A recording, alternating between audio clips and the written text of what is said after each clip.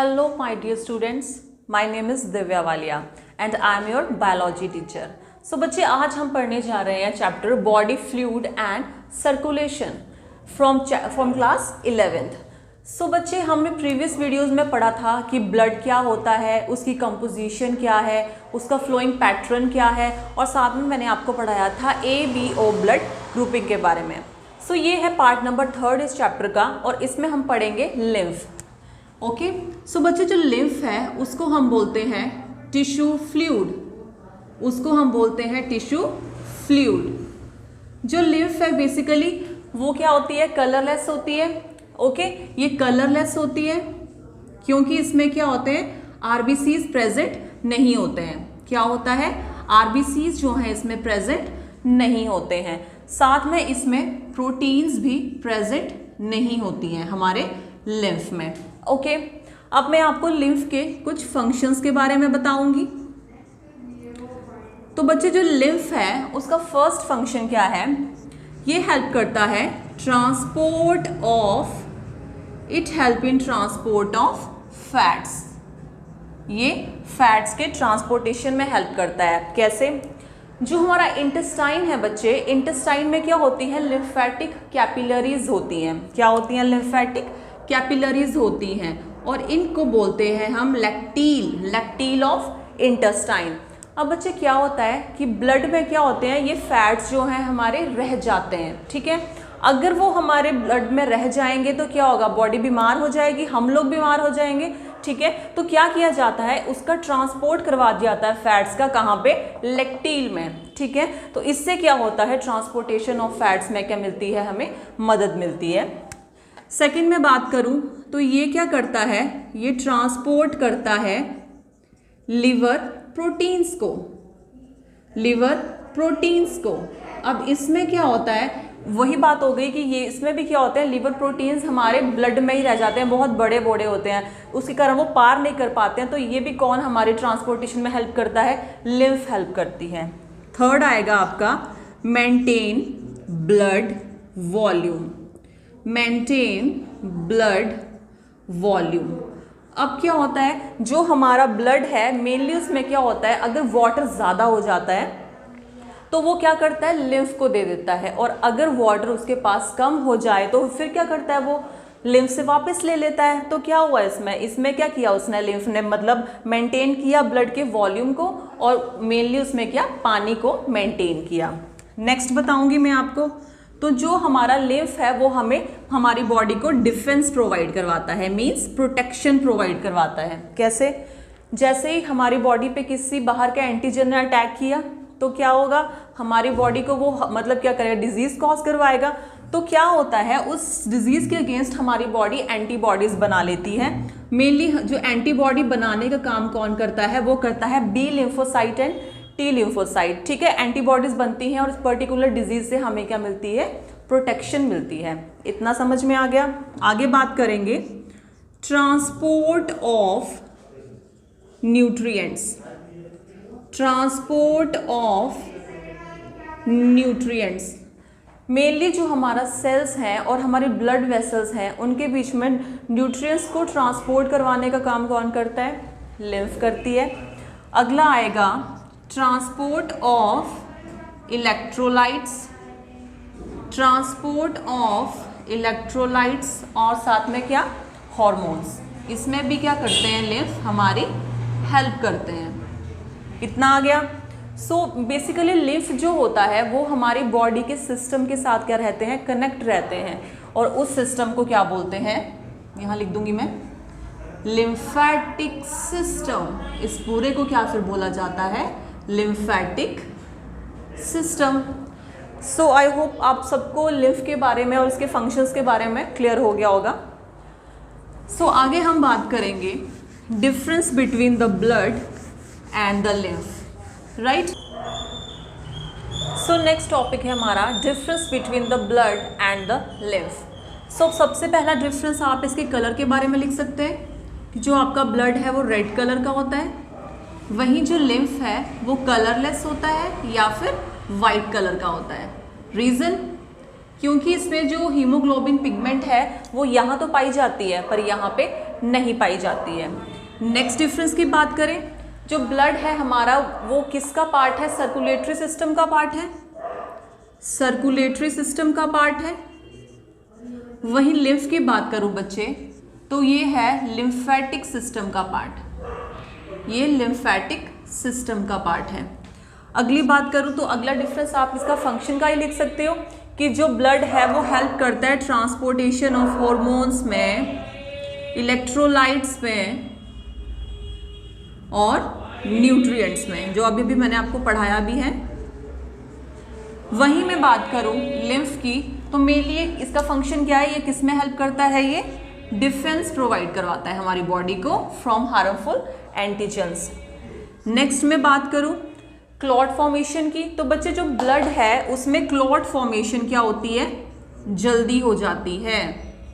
Clot formation जल्दी होती है, जबकि इसमें क्लॉट फॉर्मेशन को टाइम मतलब नहीं होती है। क्यों? क्योंकि क्लॉट फॉर्मेशन इसमें जल्दी होने का कारण ये है कि जो हमारा ब्लड है उसमें फिब्रिनोजन पाया जाता है, but in case of lymph fibrinogen is not present. So क्या होता है? क्लॉट की फॉर्मेशन को बहुत टाइम लगता है।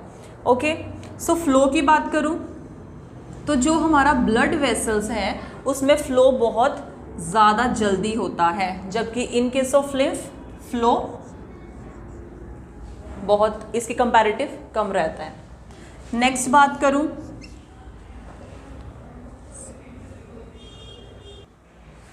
इन केस ऑफ लिम्फ जो कार्बन डाइऑक्साइड है और वेस्ट है वो आपका लिम्फ में ज़्यादा रहता है, लेकिन जो आपका ब्लड है उसमें न्यूट्रिएंट्स ज़्यादा रहते हैं और ऑक्सीजन भी क्या रहती है? ज़्यादा रहती है। इसमें ब्लड में बच्चे आपका आरबीसी प्रेजेंट होता है, इसमें आरबीसी जो हैं वो प्रेजेंट नहीं होते हैं। इसमें क्या होता है? आपका WBCs प्रेजेंट होते हैं। So this is all about blood and lymph. Next बात करेंगे हम सर्कुलेटरी पाथवेज के बारे में। दो तरह के पाथवेज होते हैं हमारे पास, एक होता है ओपन सर्कुलेटरी सिस्टम, दूसरा होता है close circulatory system. So open circulatory का मतलब क्या होता है? इसमें इसका मतलब होता है कि इसमें जो ब्लड वेसल्स हैं, जो ओपन सर्कुलेटरी सिस्टम है उसमें जो ब्लड वेसल्स होती हैं वो अच्छे से डेवलप नहीं होती हैं, राइट। जबकि मैं क्लोज सर्कुलेटरी सिस्टम की बात करूं तो इसमें क्या होती हैं? जो हमारी ब्लड वेसल्स हैं वो वेल डेवलप होती हैं, राइट।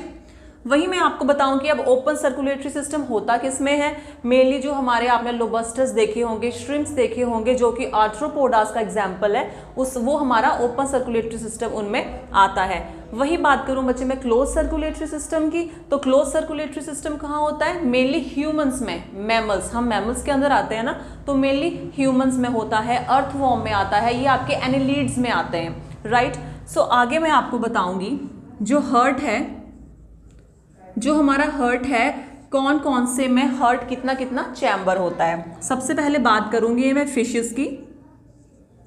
तो बच्चे जो फिशेस हैं उनमें क्या होता है? 2 चैम्बर हार्ट पाया जाता है, 2 chamber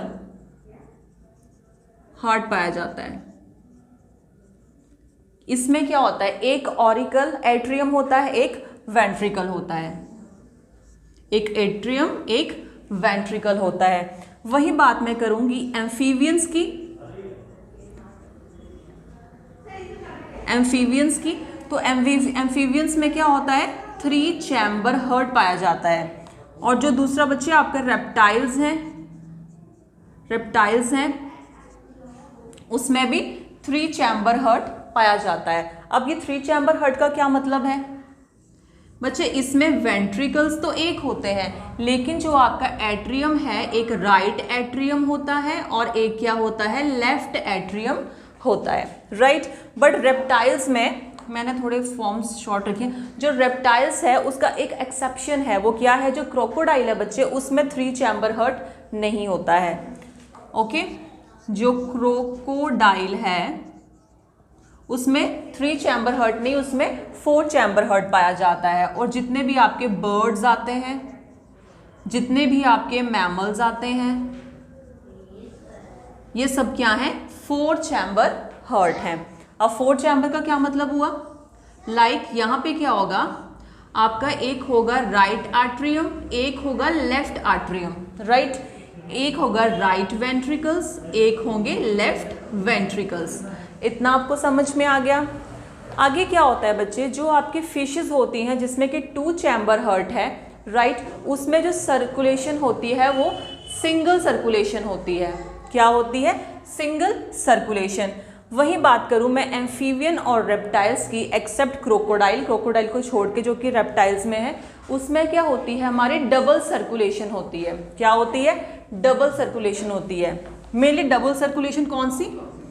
incomplete double circulation, incomplete double circulation होती है। इस ऐसा क्यों होता है कि जो हमारे एम्फीबियंस और रेप्टाइल्स हैं उसमें इनकम्प्लीट होती है सर्कुलेशन? उसका कारण ये है कि आपको पता है जो ये हमारा एट्रियम है, राइट, इससे डीऑक्सीजनेटेड ब्लड आता है। What does it mean? Deoxygenated का मतलब क्या होता है? मतलब जिसमें कार्बन डाइऑक्साइड ज़्यादा होती है। और यहाँ पे हमारे लेफ्ट वाले में क्या आएगा? ऑक्सीजनेटेड ब्लड आएगा जिसमें ऑक्सीजन की प्रेजेंस ज़्यादा होगी। तो बच्चे यहाँ पे वेंट्रिकल सिर्फ एक ही है, यहाँ पे वेंट्रिकल सिर्फ एक ही है, जिसके कारण क्या होता है? ऑक्सीजनेटेड ब्लड जो आएगा, डीऑक्सीजनेटेड ब्लड जो आएगा, उनकी क्या हो जाएगी? मिक्सिंग हो जाएगी। तो भी क्या है? ये इनकम्प्लीट है हमारी डबल सर्कुलेशन। वही मैं बात करूंगी आपके मैमल्स के केस में, जो उसमें क्या होती है? डबल सर्कुलेशन होती है, पर वो क्या होती है? कंप्लीट होती है। ओके, सो आगे मैं आपको बताऊंगी कि जो हमारी सिंगल सर्कुलेशन है और वो जो डबल सर्कुलेशन है वो होती कैसे है। खत्म हो जाएगी। सो आगे हम बात करेंगे सिंगल सर्कुलेशन के बारे में कि सिंगल सर्कुलेशन होती क्या है। सबसे पहले क्या होता है? जितना भी डीऑक्सीजनेटेड ब्लड है हमारे ऑर्गन से, वो किस में जाएगा? हार्ट के पास जाएगा। अब आपको पता है कि हार्ट का काम क्या है? सिर्फ वो पंपिंग करता है, वो प्यूरिफिकेशन ऑफ ब्लड में तो कोई हेल्प नहीं करता है। तो बच्चे वहाँ से क्या होगा? जो हार्ट है वो गिल्स के पास जो है हमारे डीऑक्सीजनेटेड ब्लड को, मतलब जिसमें कि कार्बन डाइऑक्साइड ज़्यादा है, उसको पहुँचा देगा। ठीक है, अब आप सोचोगे यहाँ पे गिल्स क्यों है? क्योंकि बच्चे जो बेसिकली हमारी सिंगल सर्कुलेशन है वो किस में होती है? फिशेज में होती है। तो गिल्स क्या करेंगे भाई? उस जो डीऑक्सीजनेटेड ब्लड को ऑक्सीजनेटेड में कन्वर्ट करेंगे, मतलब कि जिसमें ऑक्सीजन ज़्यादा होती है, और वो ऑक्सीजनेटेड ब्लड कहाँ पे पहुँचा दिया जाएगा? फिर से हमारे ऑर्गन्स में। सो ये क्या है? Single circulation. वही बात करूँगी मैं अगर डबल सर्कुलेशन की, तो जो डबल सर्कुलेशन है वो मैमल्स में पाई जाती है, जिनका की जो ब्लड वेसल्स होती है वह डेवलप होती है, मैमल्स में पाई जाएगी, मेनली मैन हमारे में। तो कैसे? बच्चे जितना भी डीऑक्सीजनेटेड ब्लड है हमारी बॉडी पार्ट से, वो सबसे पहले कहाँ जाता है? राइट एट्रियम में। कहाँ पे जाएगा? राइट एट्रियम में। अब क्या होगा? जो राइट एट्रियम के पास क्या होती है? ट्राइकस्पिड वॉल्व्स प्रेजेंट होती हैं। वो ट्राइकस्पिड वॉल्व्स क्या करेंगी? वो राइट वेंट्रिकल्स में क्या करेंगी? हमारे डीऑक्सीजनेटेड ब्लड को पहुंचा देंगी, और यहाँ से हमारा ब्लड जो है वो लंग्स के पास चला जाएगा। अब लंग्स का क्या काम होता है? लंग्स में क्या होती है? एल्वियोलाई में ऑक्सीजन ज़्यादा होती है, तो क्या करेगा? वो डीऑक्सीजनेटेड ब्लड को क्या करेगा? ऑक्सीजनेटेड में कन्वर्ट कर देगा। अब जब लंग्स से जो पल्मोनरी वेन्स होती हैं वो ऑक्सीजनेटेड ब्लड मीन्स जिसमें ऑक्सीजन ज़्यादा रहती है, वो उस ऑक्सीजनेटेड ब्लड को हमारे लेफ्ट आर्टरियम में पहुंचा देगा। अब लेफ्ट आर्टरियम से वो ब्लड हमारा लेफ्ट वेंट्रिकल्स में चला जाएगा। थ्रू कहाँ से? Through bicuspid valve. Bicuspid valve जो है हमारे यहाँ पे वेंट्रिकल्स लेफ्ट वाले में और आर्टरियम में प्रेजेंट होती है, और वहाँ से वो ब्लड क्या है हमारा जो ऑक्सीजनेटेड हुआ होगा, प्यूरिफाई हुआ होगा, वो हमारे पूरे बॉडी पार्ट्स तक पहुँच जाएगा। राइट। अब यहाँ पे आप देख रहे हो कि यहाँ पे हमारे 2 सर्किट है, एक पल्मोनरी सर्किट है, एक सिस्टेमिक सर्किट है। ठीक है, तो जो बच्चे ये वाला सर्किट है सिस्टेमिक सर्किट, तो उसका मतलब होता है ऑर्गन से रिलेटेड, एंड पल्मोनरी का मतलब क्या होता है? लंग्स से रिलेटेड। तो ये हमारा ग्रेटर सर्किट आएगा और ये हमारा स्मॉलर सर्किट आएगा। तो क्या हुई? इसमें डबल सर्कुलेशन हुई। कैसे हुई? सबसे पहले बॉडी पार्ट ने ब्लड हार्ट को पहुंचाया, हार्ट ने वो ब्लड लंग्स को पहुंचा दिया। क्यों पहुंचाया? क्योंकि उन्होंने उस डीऑक्सीजनेटेड ब्लड को ऑक्सीजनेटेड में कन्वर्ट करना था। उसके बाद क्या हुआ? जो लंग्स है उसने फिर से जो ऑक्सीजनेटेड ब्लड है जिसमें कि क्या थी? ऑक्सीजन की प्रेजेंस ज़्यादा थी, बहुत ज़्यादा थी, वो कहाँ पे पहुंचा दिया उसने, वापस पूरे बॉडी पार्ट्स में, राइट। तो इस तरह की डबल सर्कुलेशन क्या बोलते हैं, डबल सर्कुलेशन, जो कि 2 बार होती है, और ये किस में पाई जाती है, हमारे ह्यूमंस के केस में, right. So this is all about single circulation and double circulation. Thank you.